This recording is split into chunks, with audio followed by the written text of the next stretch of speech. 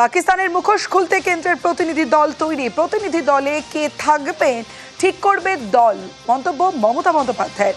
এ নিয়ে বিতর্কের কোনো জায়গা নেই বলেন মুখ্যমন্ত্রী। কেন্দ্রের পাশে তৃণমূল রয়েছে, বার্তা মমতার।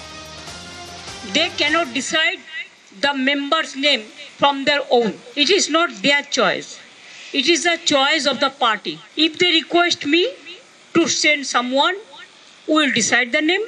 পার্টিকে তো জানাতে হয়, মাদার পার্টিকে। পার্লামেন্টারি পার্টি পার্লামেন্টে যে বিলগুলো আসে আলোচনা করে, আর পার্লামেন্টারি পার্টিরও দুটো হাউসের লোকসভা রাজ্যসভার চেয়ারম্যান আমি, অথচ আমাদের কখনো জানানো হয় না। আমাদের জানালে আমরা নিশ্চয়ই নাম দেবো, কেন দেবো না?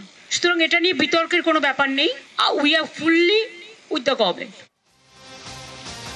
সরকারি দলে কে থাকবেন সেটা সরকারই ঠিক করে, মন্তব্য করেছেন সুকান্ত মজুমদার। সরকার যখন কোনো সিদ্ধান্ত নেয় এই ধরনের, যেখানে বিদেশে ভারতবর্ষের প্রতিনিধি হয়ে কেউ যাবে, সেক্ষেত্রে আমার মনে হয় দলের ঊর্ধ্বে সবাইকে ভাবা উচিত। এটা একটি সরকারি টিম, এবং এই সরকারি টিমে কারা কারা যাবে তার ঠিক করার এখতিয়ার সরকারের। এটা কোনো রাজনৈতিক টিম নয়। যদি রাজনৈতিক টিম হতো যে সব দল মিলে ঠিক করা হচ্ছে একটা দল যাবে, তাহলে পরে অবশ্যই বিভিন্ন দলের কাছ থেকে চাওয়া হবে। অটল বিহারী বাজপেয়ীকে যখন পাঠানো হয়েছিল ভারতবর্ষের প্রতিনিধিত্ব করতে, তখন অটলজির নাম তৎকালীন প্রধানমন্ত্রী নিজে সিলেক্ট করেছিলেন, বিজেপির সাথে আলোচনা করে ঠিক করেন। বিদেশ মন্ত্রক সংক্রান্ত সংসদীয় স্থায়ী কমিটির বৈঠক। অপারেশন সিঁদুর নিয়ে বক্তব্য পেশ বিদেশ সচিব বিক্রম মিস্ত্রির। আর বৈঠকে শশী থারুর সহ 17 সাংসদ।